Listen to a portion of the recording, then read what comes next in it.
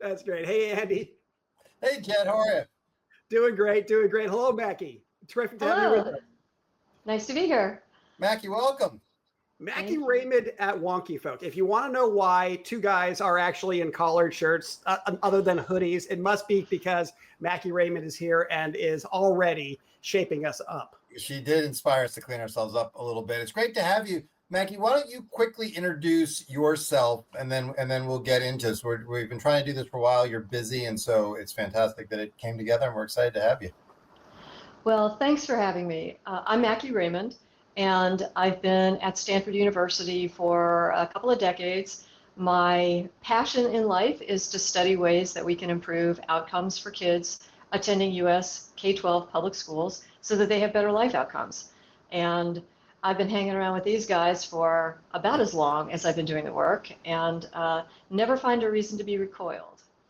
Before we get started, I just would like to say that even though most of my work is spent in a very small room with a computer screen, I do get out in the world periodically, and I just want to say how incredible the contributions that you guys are making, both at WonkyFolk and at CharterFolk, that you are really driving conversation and people are listening. So I personally would like to thank you, but I sort of, on behalf of all of the people who are looking for your bright light in the darkness, I want to thank you as well. Well, that's nice of you to say, Mackie, and we'll praise you in a moment, but I guess this is probably the prompt that our producer always gets annoyed with us for not doing. So we'll do housekeeping real quick and just say, this is the WonkyFolk podcast. I'm Andy Rotherham with Jed Wallace. If you like this podcast, it's actually a huge help for us if you subscribe to it on any of the various platforms where you get podcasts. We obviously always want your feedback. You can reach out to us at any point, but subscribing and sort of participating in the algorithmic world in which we live now is a big help for us as well. And Mackie, it's great to hear that we do get that feedback, and it's good. And the podcast's always fun to do anyway. So terrific. Thank you, Andy. You did that great. Mackie, you prompted it awesome. So, not only callers, but, presenting our podcast, you shape us up. But bring us up to speed on where you are with Hoover. I mean, I've got some other issues I want to dive into, obviously, from a charter school perspective, what's going on with CREDO, all sorts of other things. But it's also been something you probably saw. I mean, I have lifted your comments that you made, in front of Hoover in January. I think it was in January for your gathering. I thought they were brilliant, absolutely brilliant. The reverse mirror, circus, house mirror. Fun house mirrors. But, there's new things going on at Hoover. They're really quite interesting. Do you mind just sharing with our listeners what your latest work is here? Sure, I'm happy to. Thanks.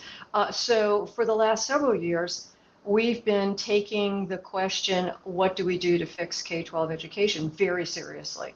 And based on some research that we did collaboratively with a team of excellent researchers from around the country, and learning that what we've tried in the past really has not moved the needle for kids very much, with the exception of charter schools, so I do want to talk about that.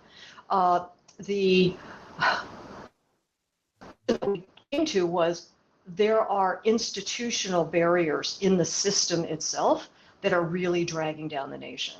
And so since then, our work is focused on trying to convince people that there are eminently reachable changes that can be made that would dramatically improve our operating efficiency and our operating focus on moving student learning forward in the US.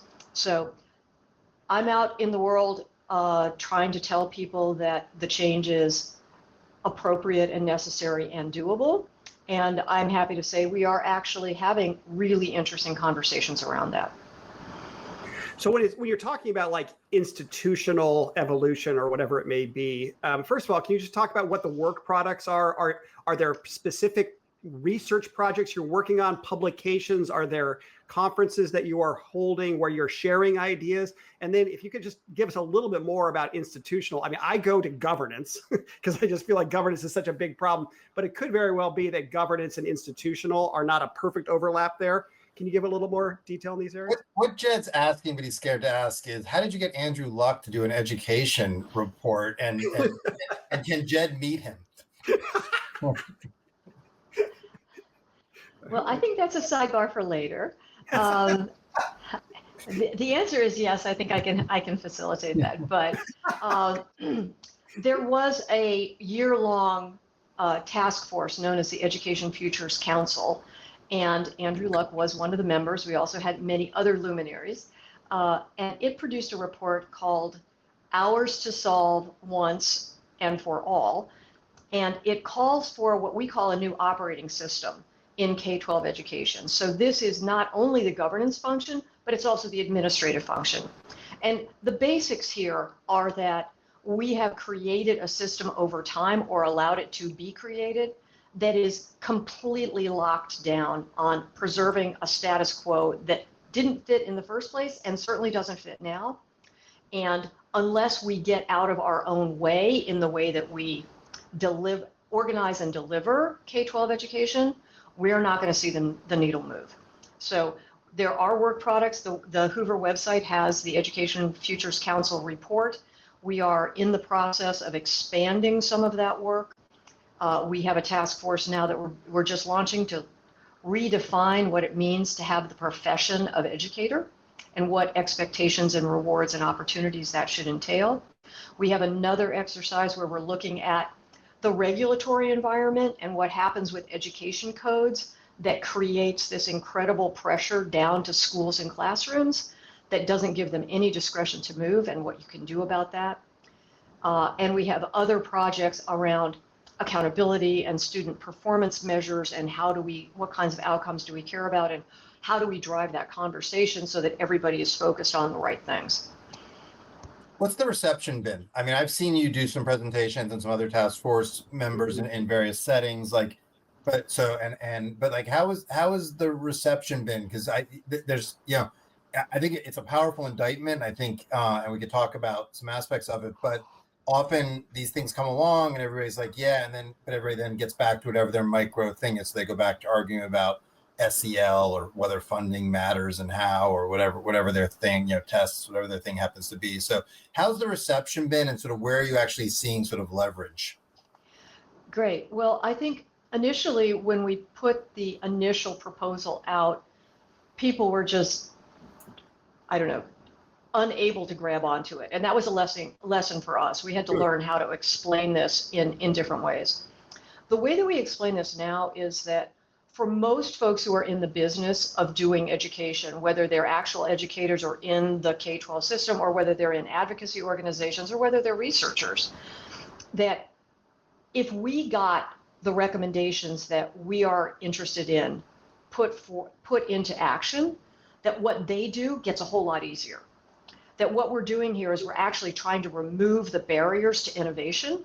We think that innovation has to be at the center instead of some marginal thing where you have to apply for a waiver to do something different, and then the system eats you.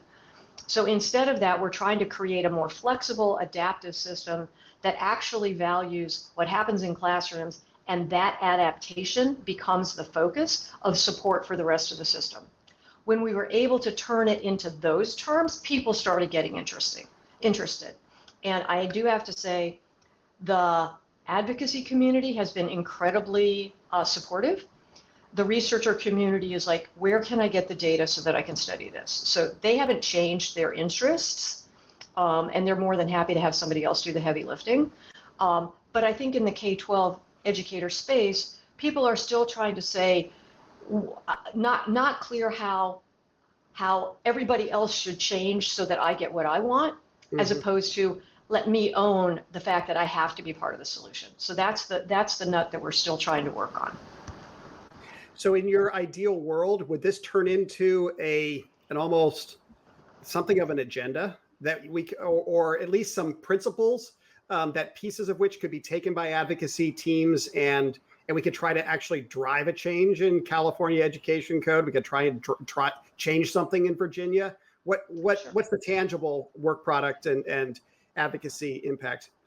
So one of the things that we're working on right now is the sort of the tactical plan. Like, here are 5 things you can do today, and those are, as I say, eminently within reach. The plan doesn't actually call for tearing the whole thing down and let's start again in the rubble.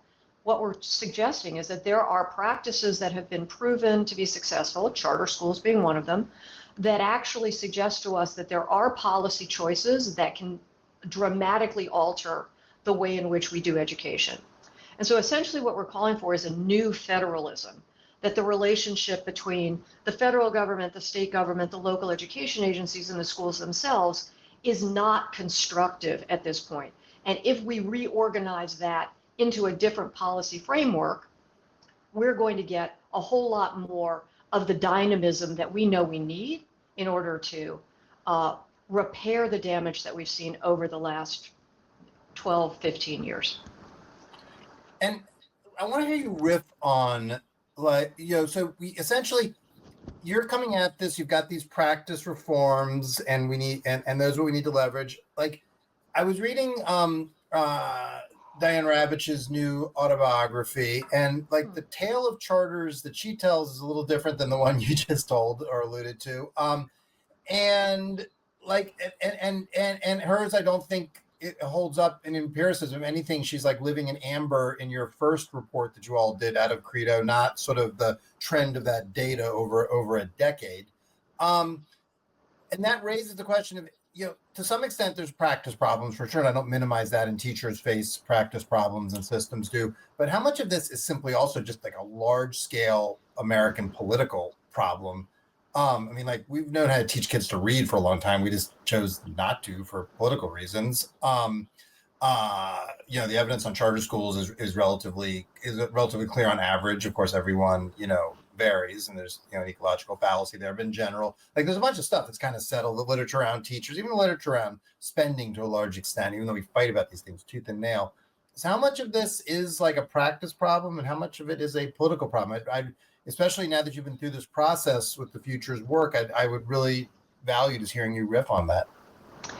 Well, so I do think clearly that politics plays a large role. What I am convinced about is that the conditions of politics are changing in a very, very important way that I think open doors for the policy discussion to actually take root.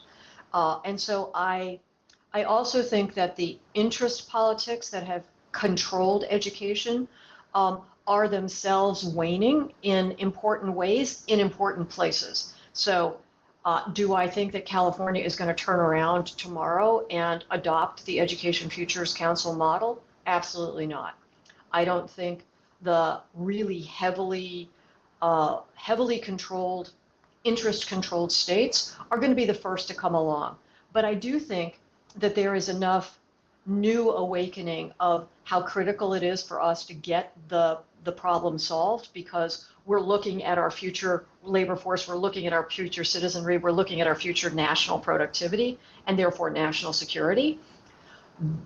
That general understanding has not been in place. And so I think the levers of change are moving in ways that are productive. And I think the policy conversation, because everything that we're asking for has already been in place somewhere very successfully, it's less of a lift than to say, let's cook up something completely new and ask people to just jump on it. Yeah, I like that. One of the things I like about you, I think we have this in common, so you can be short-term frustrated with the challenges and so forth, but you're long-term optimistic, and we need that. This sector needs that energy. I can't speak to California. I will say I'm excited. Katie Porter seems really nice, and I'm excited to see her SEL curriculum. I think that'll probably be fantastic. So that's something I am going to be watching from your state. Well, pull up a chair. Well, let's broaden the discussion also to factor in here what the status of CREDO is. Sure. I actually feel, let's not hide the ball here. Macke, you and I have been talking about things. I'm aware of what's happening generally with CREDO. I'd love for you to share with our listeners and our watchers what the latest is, but also factor in what does the status of CREDO mean as it relates to society making some new changes about how to structure education? Wow, okay, that's not a small question. Let me start with the small. Here's what's going on with CREDO. About 2 weeks after the governors made the decision to close schools in the pandemic, I realized that the business model on which CREDO is based, which is we go get a whole bunch of states, they share data with us, we do big studies, we say important things, or at least we try to, that business model went up in smoke. Not only did they stop testing in the year of 2020, but I could easily see from that point forward that this was going to be a whole new ballgame. And my predictions were actually borne out. So the pandemic created such chaos and such disruption that people got very, very nervous about having independent review of what was going on in schools. From a personal standpoint, I understand the struggle that leaders had with the idea of all kinds of people coming in and trying to get data and trying to show different parts of the problem, and that would just generate a lot of static for them as they were trying to get back on track. What I predicted and what did show up, however, is that there was a enduring resistance to having data made available for the broad range of things that researchers would want to take a look at. And that was a institutional resistance to transparency. But indeed, in addition to that, we were concerned and found basis for the fact that the student base was going to be different afterwards. You know that a lot of students left the public system. And now with the incursion, growth, proliferation of alternative choice models, that problem gets even worse. So from a longitudinal basis, being able to do any kind of study that would create a through line from our earlier work to a future work, we wouldn't be able to do that. The second thing that happened is that we started seeing across states that we worked with a real drive to change where the guideposts were, to change the assessments to be a little bit more forgiving, to relax on the urgency of these tests mattering, and therefore the relaxation of the stakes that students faced when they took these tests. And so across the board, things got much more casual on the testing and accountability front, which translated for us into a little bit of skepticism about what the data would actually be about student performance, and our attempts to actually measure that and make some assessments about the rigor of the data itself showed us that our expectations were correct. So while I think it will take a few years for new data to create a series that is reliable in the future to pick up on that, there's this gap here that we're sitting in the middle of where the data are not as robust as we would like them to be, and the willingness to partner with outside researchers on the kinds of studies that we do. I should say that many states have created a research agenda, and the research agenda is a sort of 12 to 18 month, I really need to know this now, questions of policy and practice, but they're highly curated, and they do not include any kind of uncomfortable or inconvenient exposure. And so clearly, a topic like charter schools and their continued performance would not be on most of those lists. So getting our band back together to do CREDO 4 in the national studies just wasn't in the works. I just want to put a pin in, we can come back to it, this tension that you raised between like a state learning agenda and what states are going to want, and sort of what we need to know empirically to sort of drive widespread progress. There's a tension there, and it's coming to a head with a lot of the conversations about what should the federal role in research be sort of post Doge. And obviously it shouldn't be just the federal government dictating, but like if you just leave it to the states, you get the problem that you just talked about. And I feel like the Trump administration's thrust of like, let's return stuff to the states, you can make a case for it on some things, but research is where it really seems like it runs up on the shoals. And there's some hard issues that are going to require a lot of thought. Andy, I think you're really on the money on that, because in our Futures Council report, we explained that there are legitimate federal research topics and agendas that should be pursued. There are things that the feds can do that no one else can do. And part of it's cross-state, and part of it's just economies of scale that are driving what the federal research project should look like. The bigger question, of course, is that the uses to which states put research varies across states. My colleague Tom D has put out a fabulous article in Ed Week that speaks to the challenges of using research and why it's not being used. And I would recommend to all of your listeners and viewers We'll to put go that and in take show a look. notes. Thanks. Sure. Yeah. That's a really useful resource. But you're right.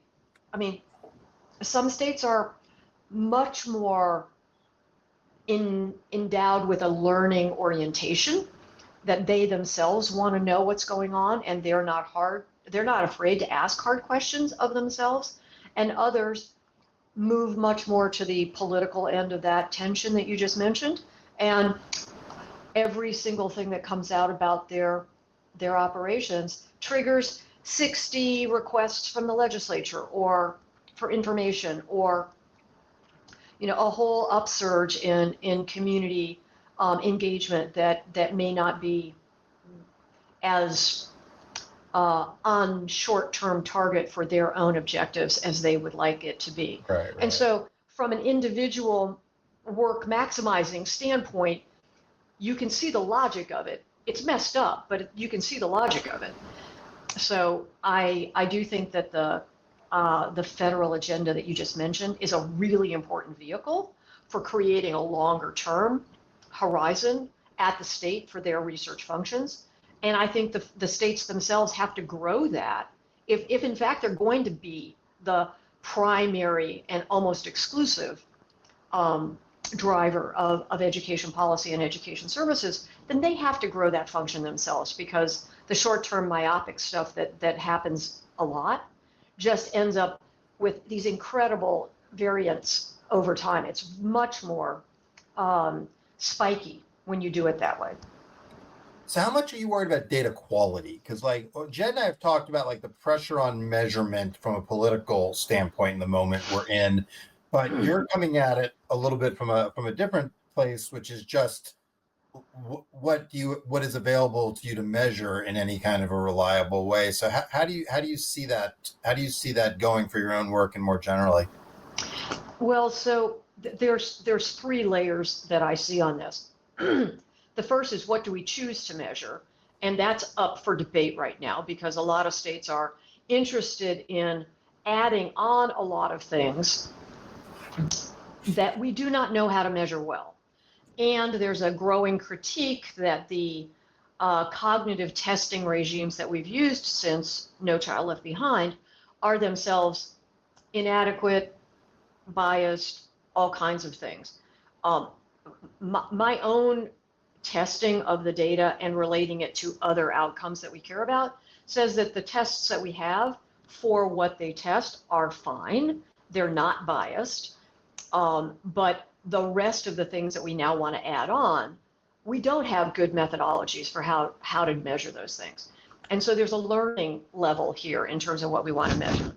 The actual measurement itself is also an area that is in flux, because people don't want testing days. They somehow would like to have reliable, valid measures of student performance embedded in the existing practice of education day to day, so that students don't even realize they're being tested, so it's completely authentic, and that these are somehow insertable in a reliable way across every classroom the same way all the time.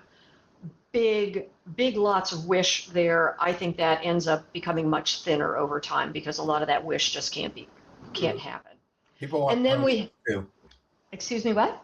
Said people want ponies also. Oh, well, excellent.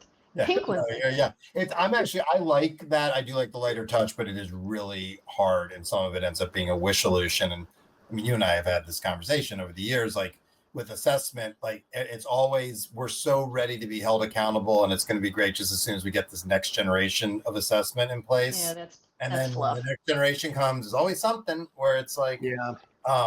So so I actually favor this direction. I do think you can have a lighter touch infrastructure, but it's really hard. Right. And then the third thing is, to what extent do the resolutions of those two layers affect our ability to actually see what's going on and to make reliable inferences about programs and policies and new techniques and all kinds of other stuff. And while I'm conceptually in favor of broadening the outcomes for kids and broadening the measures, I want there to be a body of evidence that tells me what the trade-offs are between these other areas. Like, I don't want to substitute social emotional learning for cognitive skills and knowledge. I just don't. I think we've all met the really, really, really nice guy at the grocery store who can't make change, right? And so that's not what we're aiming for. If we're really intent on restoring the economic vitality, the social vitality, the civic vitality of our country, those rest on a body of knowledge and skills, and we can't compromise on that. So I'm open to more, and I'm open to learning more about more, and I'm waiting to see how that all rolls out. And what about, you studied choice a long time, like what about just parent preference? It seems like I'm an accountability person. I think like numeracy, literacy, these are core things schools should be doing. We actually can measure them. We can measure them better than people. A lot of the conversation about tests is political. It's not grounded in actual, psychometrics. And then in fairness, tests are then used for things they shouldn't be used for and all that. But like some of this, it seems like there are things you want schools to do, but parents may be in the best position through just exercising their right to choose, or a right to choose, I guess I should say, to sort of signal those preferences in different ways, whether that's a content kind of focus, or whether that's pedagogy, school culture, all these things. And that, like, we want to measure all this stuff, but like, what in your experience studying this, how much of this can you actually, probably good to measure for research purposes, but in terms of accountability, like, leave it to parents to make these decisions? So when I look internationally at places that have a lot of choice, they have attributes in their choice system that we have not decided about yet. They are very clear on outcomes. They know what they want kids to learn. They know what they want kids to be able to do. And so they're very, very, very, very tight on ends and very loose on means. Mm-hmm. And I find that arrangement much more potent and powerful, because I don't think parents get the right information if you do not have a consistent level of information about all your choices. You have no way of knowing. Now, do we expect government to take that role on for everything? Maybe not. We did a project at the end of the pandemic asking families whether they would be interested in a cloud-based service that would allow them to test their kids. So moving assessment out of the public sector and making that a private good and making that available to families. And the real surprise to me was families from affluent communities continued to believe that that was a privilege that government delivered to them, that they weren't interested in this because, of course, they would get that from their schools. And the schools should be able to deliver all of those kinds of assessments to them on demand. Everybody else throughout the income spectrum were like, I like this because it allows me to have independent accountability. It allows me to see what my kids are really about. I can test whether my teachers are giving me a straight story, right? So there was a lot of interest across the spectrum in places where accountability actually is an issue.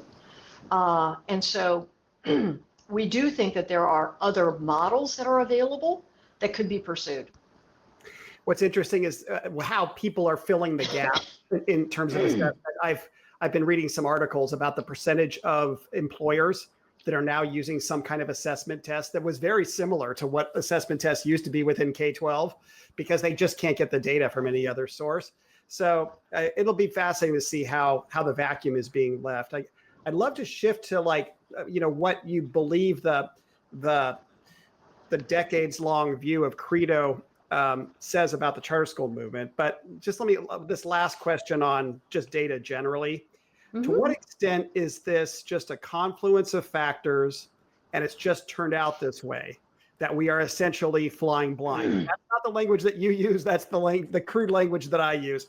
A choice here to fly blind. How much of this is just a confluence of factors, and how much of this is intentional effort from various parties within the education establishment to make sure that there's nothing there that could serve as the basis for true accountability?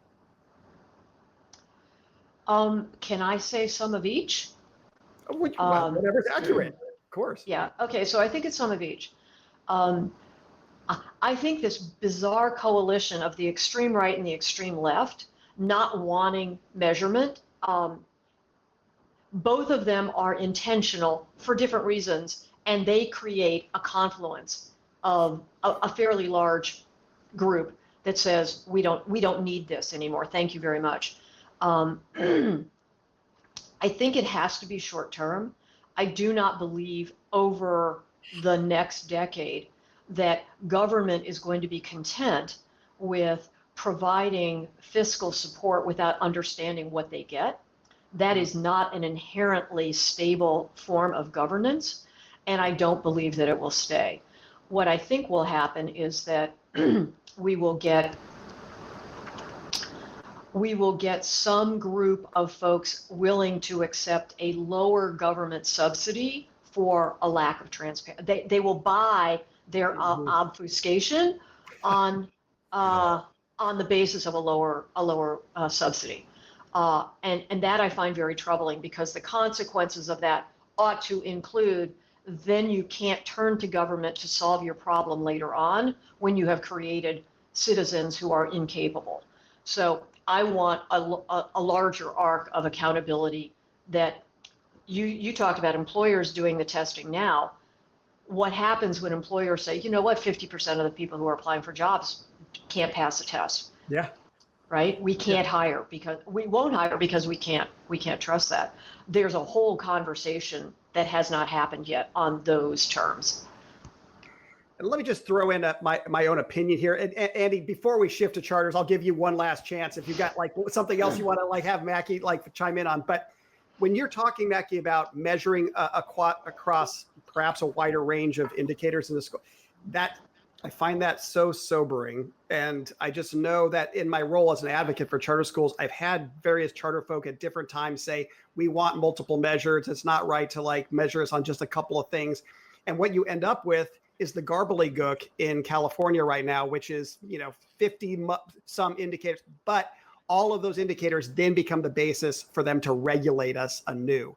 And my message back to charter school people is, if you really want freedom, it's kind of like you're talking about the other countries. Get a small, very specific number of things we want them to do well, and then get the heck out of the way. But our world has to become comfortable with those small number of indicators being, very important. What's the right way to talk about this? Small and focused and broad, and perhaps leaving us at risk of broader regulation. So I think I take the position, I think that probably you do as well, Jed, that I would prefer a smaller bundle, and I would prefer to have them be empirically grounded as relating to future opportunities. I think that there are official measures and metrics, and then there are unofficial indicators. And I'm going to show my age here, but do you remember the report cards from the dark ages, where you got your academics grades, and then you had everything over on the other side that was satisfactory and unsatisfactory and whatever? I'm thinking more like a lifelong youth development model that allows us on some of these softer, non-cognitive, reasoning skills to put a larger developmental map together for families that show them where their children are with respect to normed populations on a whole bunch of different dimensions. But it's a formative piece of information, not an accountability piece. And I think that would satisfy families much more than the U and the S and I can't even remember what the other codes were. I know I got some U's, but that didn't really do much other than create friction at home. But I think this other thing could actually be very constructive. All right, Andy, here's your chance. Go, because I want, I got all sorts of starter questions. I just think Mackie's point on people sort of buying themselves out of the system and what that means is so important. And I mean, right now we had an experience in Virginia where no one had really just asked business, and we asked them on standards, like to get involved in standard setting. And you had private sector employers, you had the state police, so private sector and public sector, different entities saying, what you're giving us is not working right now. Now, the problem is they've still got to hire, right? They're going to hire people for these various roles. But over time, in a lot of these roles, that's going to change. Everything's not going to go the way of automation and AI, but some things will. And so the crisis you're talking about, Mackie, is just going to be a massive sort of human crisis, too, with people who, they won't have the skills and they'll now be much more compelling workarounds on that than there are now. And so this just seems, to me at least, this seems like a reason that we should be seeing more sort of leadership and conversations around this rather than everybody sort of, going the other way on this issue. It just seems like a huge looming social problem for us. I think that's right. And if I could just plug the Futures Council report one more time on this, we understand the tectonic shifts that are happening in our society. And we're surprised at how hard it is to convince people that those tectonic shifts are right there, about to hit you in the face, and that they're not going to be the same all across the board for everyone, that communities are going to feel these things at very different times and in varying degrees of intensity.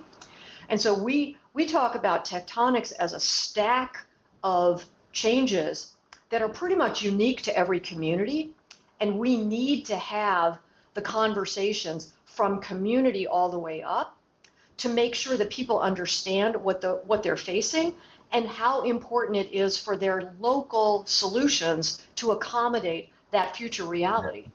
And I think part of people don't believe it. That's part of the problem, and it's because I think and in the 20th century. And I know your husband's written about this some as well. In the 20th century, there's other attributes that owed a lot, American success owed to in various kinds of things, including immigration, which is obviously under pressure now, but also just a system of, respect for contracts and private property and a functioning civil court system and all of that. And those were, in some ways, relatively unique attributes. And English was a pretty ubiquitous language. We're all that is those are not going to be such unique sort of competitive differentiators going forward. But because, when I was in school, we were, told we didn't work hard. The Japanese were going to come buy the place up. And, for a previous generation, it was the Russians and, sure. Nobody, the Japanese economy stagnated. I don't think anyone wants to trade place with the Russians right now.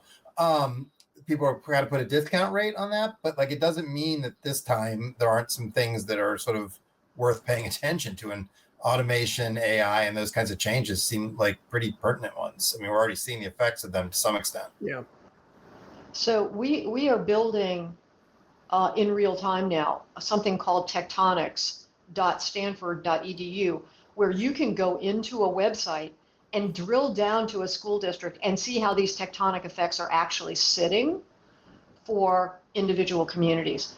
And we're hoping that with a little bit more of a marketing play that we're going to roll out before the end of the year, that we're going to actually be able to stimulate that conversation. Because I think you're right, Andy. I think people just don't, first, they're not aware, or if they get that information, they don't believe that it's going to affect them. And it's a little bit like Noah's Ark. So we'll see how that plays out. This is a great place to pivot to charters, because I'm excited to see this site you're describing, and you're seeing some other places. Tom Paine was doing this. Some others like localizing data and helping people. So like learning loss wasn't like just like a national thing that was hard to get your head around. It was, here's what it actually means in the city or county, wherever that you live in. And I think that is, that's been a data breakthrough, and you played a part in that with charters. I think the CREDO work was so important over time, because we stopped talking about sort of these broad things of like charters, good or bad, or how are they doing, to like, here's what's happening in New York City, here's what's happening in LA, here's what's happening in Boston. And I think that was just seismic for changing the conversation. It didn't make all the politics go away. I don't want to sound Pollyanna about it, but I think it helped among people who were open to empiricism. It was hard to refute when you were getting high quality data and information on your own community.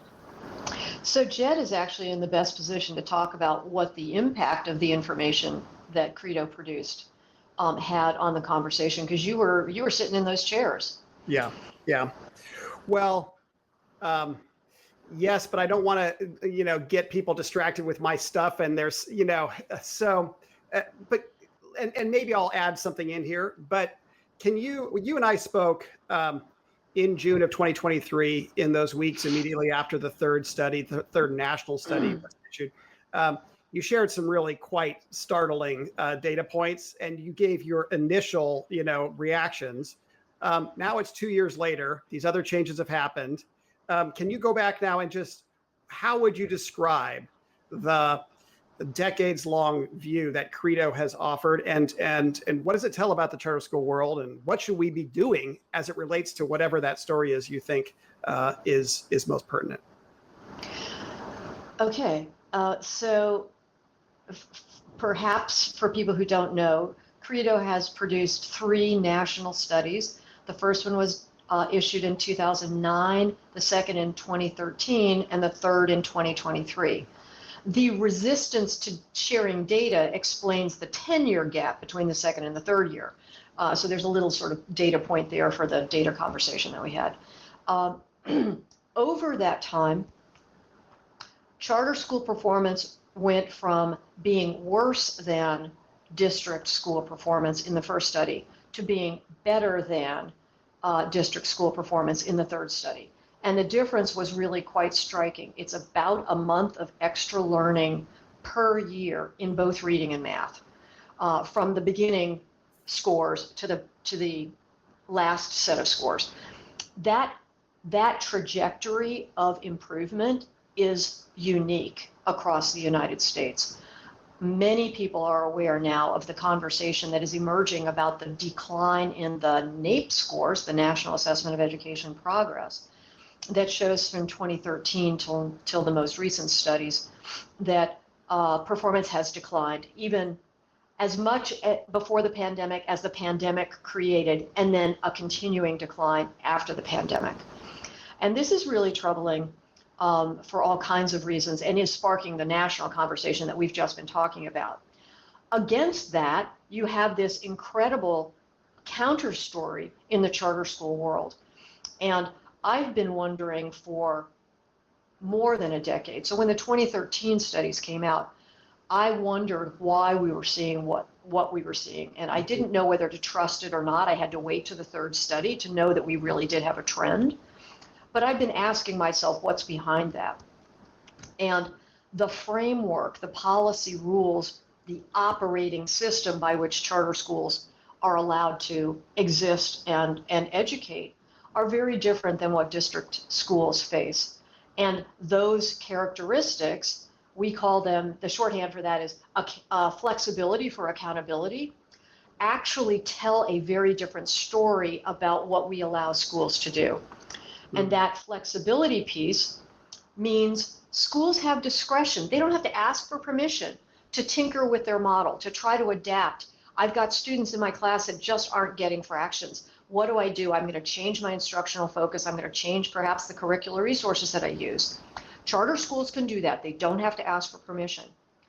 And at the same time, because they have a term contract in their charter, there is at least the credible threat that something bad might happen to them if they're not producing results for kids. Not all authorizers are as strong and as diligent as perhaps they could be, but there's at least a credible threat there. And so flexibility over here and accountability over here means that there is an operating environment there that creates incentives for adaptation and innovation. And as a data point on that, I had a conversation with the head of a very, very successful CMO just this week, who now, despite decades of fabulous performance, said it's not good enough and spent the entire summer reworking her curricular and instructional framework. Holy cow! Like great isn't good enough. That's the kind of exemplar that charter schools can provide. Not necessarily go be a charter school or everybody should be a charter school, but that operating environment is a policy lesson that we have to embrace because that's the ticket to moving the needle for kids. And I'm not going to duck this question on what does it mean for the advocate, but I think there's just a little bit more context, that's needed. Can you please elaborate on the private criticism or gentle criticism you've offered to me and other advocates that we're just being too modest? That there's actually something significant that charter schools have achieved here, and for whatever reason, we aren't talking about it to the degree that you think it deserves attention. So let me get this straight. You want me to stroke you on this program? No, well, no. Well, wait a second. It's stroking in the context of beating. Yes, I'm happy to. Yeah, you're not very humble about your humility, but go on. But whatever. Come on. All right. Yes. Okay. We've been too modest. What's going on? All right. Here? Moment of levity over here. Let's get to it. All right. I actually think this is one of the biggest shortfalls of the charter school movement. Is that most of the actors in the space do not see their responsibility to include telling their story.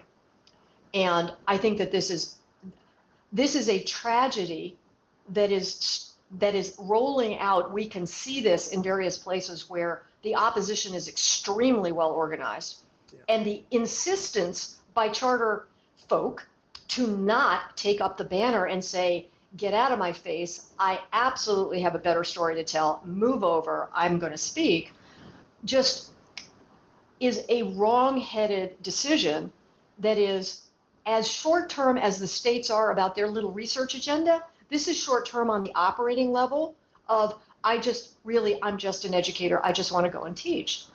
It involves much more on that.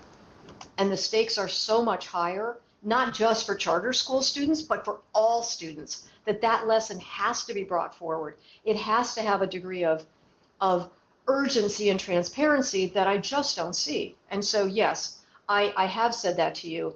I've said it in many, many public spaces with perhaps a little bit more of a degree of firmness than you and I talked about it.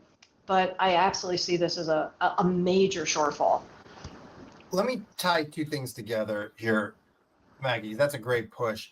Like one thing you said, was getting the data, and like that's why the studies have come out at irregular intervals. Like Parker Baxter in Denver wanted to look at the improvement of the system there after a bunch of reforms, and he had to fight tooth and nail with the school board, like really fight and get political changes to even get access to that data. And you would think like, we're a learning business, so people would be like, yes, learn. But and you talked about this earlier in our discussion today too, but there's this sense, this data, people are very leery the people who have power are very leery to share it, lest someone might use it to make inferences or something. And that's a huge problem. And and I'm tying it to this advocacy point in that I think people are then leery because like people look at Denver and they look at like how that happened. They don't want to get afoul of the powers that be, and there's like big politics behind this with special interests and so forth. And so there's a reluctance to do the things you have to do to tell these stories and then go tell them in straightforward ways because by doing that, you are creating political disruption, and that is something, again, particularly right now when we're so polarized, people are loath to do. Does that sort of resonate with you? To an extent, sure. I mean, I think of myself as an empathetic person, and so I can always put myself in other people's shoes and understand why they wouldn't want to do things. I can see the world from their perspective. What we're talking about here, though, is putting personal interest ahead of public interest. And there isn't a single day where I don't think that equation is wrong, that anybody who comes up with that as the answer is not serving their own role, and they're not serving their own interests particularly well either, to be perfectly honest. And so it speaks to a larger issue about our degrading role of public service, that this is such a pervasive problem that people can't get outside of their own shoes to say there's a larger issue here that we need to be serving. And so I do think that there's a leadership crisis that goes along with that. I think that the cultural things that you alluded to earlier, Andy, about the swings in terms of what people care about and the balance between the individual and the collective well-being, those are all cultural forces that I think are in flux. I don't think it changes the bottom equation, which is we put public dollars into educating kids. And we have an obligation to make sure that those dollars are spent to get the very best results we possibly can. That is the responsibility of everybody that's in the system. And the politics that swamp that are actually degrading our ability to do that. And it takes a different kind of collective leadership to say, knock that off. We're really here to do our priority of educating kids is being compromised by this. And so I do think that there is a moment that we can cultivate now to bring back that balance, to say it's really about our collective commitment to educating our youth, and screwing that up is not in our own interests, and allowing the near-term frictions that you're describing to dominate has to be addressed. So let me just go a little bit more granular. And again, I'm trying not to duck your questions, Macke. So specifically, I think CREDO over time primarily became an integrity check for the charter school movement itself. Oh, thank you. That's, there was a belief at some point that the broader society simply doesn't care about what they should care about. And there's no way that we're going to convince them through any publication or anything.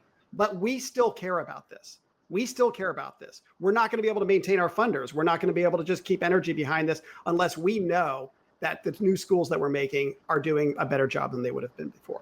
The question, after that becomes, why was it that we wouldn't talk with less modesty about the CREDO and other results?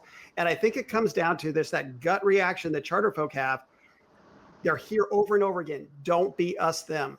Don't be us, them. As soon as you start talking about your own performance and showing that it's something better than the other side, you're now us, them.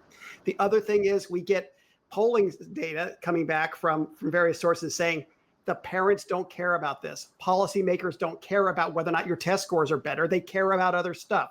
Talk about something else. And those two things coming together results in us not using CREDO in the public sphere to the extent that we could have. You may have a different interpretation, though.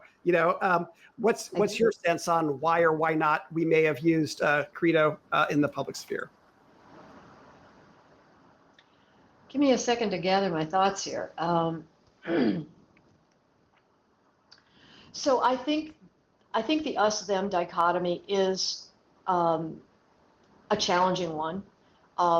Clearly, opponents do want to other the charter movement and fence it in and then try to kill it off. I always thought the proper response was, no, you don't understand. The thing that we do is actually not a us-them challenge. What we're doing here is we're demonstrating, we have points of evidence proof.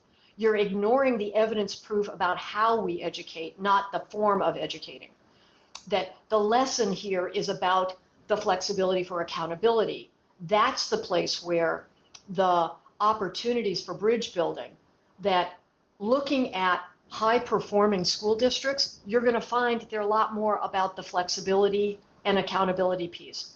There are coalitions that I thought could be put together about means of educating kids, not the political form of educating kids. And I've always thought that the calling people to the higher purpose of using the evidence proofs, the gap busting schools, the high performing CMOs, the ability to scale successful models, the intentional moving of low performing schools into CMOs on the turnaround basis that got so much better results. Those are the things that are sort of savior moments for the rest of the system. That's where I thought the conversation should go, and it hasn't. Andy, let me just do one last question, then you can bring us home. Please, Okay? Just one more, because it's half question, half, being Wallace being insufferable.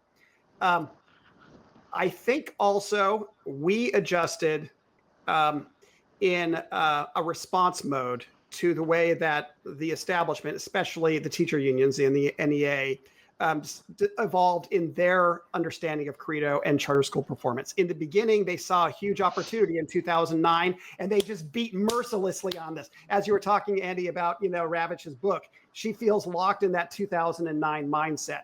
By 2013, things look decently good. Hey, this trajectory continues. And I think there was other data coming along in 14, 15, 16 that would suggest this is starting to work. It was the 2016 election in Massachusetts where the Charter Bill 2. Yeah, and the entire strategy there was it doesn't matter whether or not charter schools are doing well with their own kids. The growth of charter schools makes all other schools worse. That's what the whole message was. And I think we've just never gotten the answer to that, or, just been unwilling to just stand there and say that, yes, the charter school performance itself should be focused on and is enough to drive, us toward future advocacy wins. But we've just gotten knocked off that mooring. And that it becomes so hard to tell the all boats rising story in an era when NAEP is falling off a freaking cliff, right? So we find ourselves in a very difficult predicament, and one that I just feel is going to require charter school advocates to get together and start using a federal approach. You try some things at different places, and let's start figuring out what messages resonate about charter schools' academic success. Well, I feel like it's also like with Massachusetts illustrates there's like a Chinese finger cuffs kind of problem, which is one of the reasons that referendum struggled is people didn't feel like there'd be enough charter schools. So when they heard it's going to be bad for schools, what they heard is there wouldn't be enough of these, so my kid might not benefit, and it would have some kind of adverse effect. And so the answer to that is obviously, and it's hard to miss. And you and I have talked about this a teeny bit, Jed. Like, the big book on abundance everybody loves. Like, you probably missed the education chapter, right? It's not there, and we need an abundance agenda around this so people understand that like excellent schools are not something that's going to be. If you live in a community where there's a shortage of high quality banking and finance options, there's a shortage of high quality grocery and food provision options and so forth, it's not irrational to be like, okay, here comes one more thing there's not going to be enough of. There's going to be lotteries and all of this, and we've got to figure out a way to talk about you can actually expand these things in a way that is good for everybody over time. There can be enough of them, and I think like right now the messaging, it's the more you sort of talk about that we don't have enough of these, the more you reinforce a real visceral and understandable concern that a lot of people have. Yeah, I will. I mean, one last thing, just in terms of the integrity check that CREDO offered us all, which is so important. I now feel as though we're in this era where it's harder for us to find hooks to hang our integrity on. And I think there's also a belief that we can kind of, amongst some, that we might be able to live without those hooks. And I just don't think that's the case. And it's just like incumbent now on every state, on every advocacy organization, on every charter school community, get together, figure out what you're driving for, and find a way to measure whether or not you're making progress toward that North Star. And we'll hope within a couple more years, we can have CREDO back as an integrity partner. But in the meantime, it's really going to be up to us. Well, yeah, and I'll just say, look, the CREDO work, I agree with you. I think it was incredibly important to chart. I think one of the remarkable things about Macke, that the CREDO work, that's a career-defining piece of work, and yet, Absolutely. like, it's only one thing of a bunch of stuff that she's done. But it was incredibly important to, and it's a shame that now you have so many people running around for various reasons, saying, oh, nothing works, we've wasted all this money, rather than like the story of, like there's stories here that should encourage people and make you long-term optimistic. And so, like, I just think that's, it's just a hugely important body of work. And then this other stuff, the futures, other things we're talking about. And personally, I'll just say Macke is also, Jed, as you know, I ride across Massachusetts every summer to raise money for Dana-Farber. And then in the fall, I ride just this like 2 weeks ago through the mountains for 50 miles on gravel in the mountains of Western Mass. And Macke is a very generous supporter of that effort. I raise a lot of money for Dana-Farber, and she's a part of that. So I'm a fan for other reasons as well. I think we're running up against time. I mean, we could go on for a while, like praising her, but I think we're running up against time. Our producer wants just to remind everybody, please, wherever you get your podcast, sign up, subscribe. That helps us. We appreciate listening. Appreciate those who watch. I don't know how many people watch, actually, Jed. It may just be my mom. I think more people listen in their car, as best I can tell, or on walks. But Macke, any last thoughts you want to share with it? I actually have like a lot of other questions. Maybe we can wait till another publication that comes out from Hoover. I think we should have Macke back. She's a fantastic guest. But in the meantime, anything we didn't get to talk about that you really want to share with folks? No, just want to reiterate that I think this is an incredibly powerful vehicle for ideas out in the space, and I just want to continue to encourage folks to listen and for you guys to carry on. Thanks. And Macke, tell people if they want to learn more about the futures work. You talked about the tectonics work, and where can they find you on the internet? So Macke Raymond. I'm available at the hoover.org website. The whole section you want to aim for is called Hoover Education, and there you'll find not only the work of CREDO and the Education Futures Council, but all of the other great scholars that work at Hoover. You'll be able to access their work as well. So thank you for letting me put that plug in. Yeah, no, of course. And thank you again so much for your time and for joining us and for your work. Okay. Terrific to have you here. Thank you, Macke. Thank you. Bye, everyone.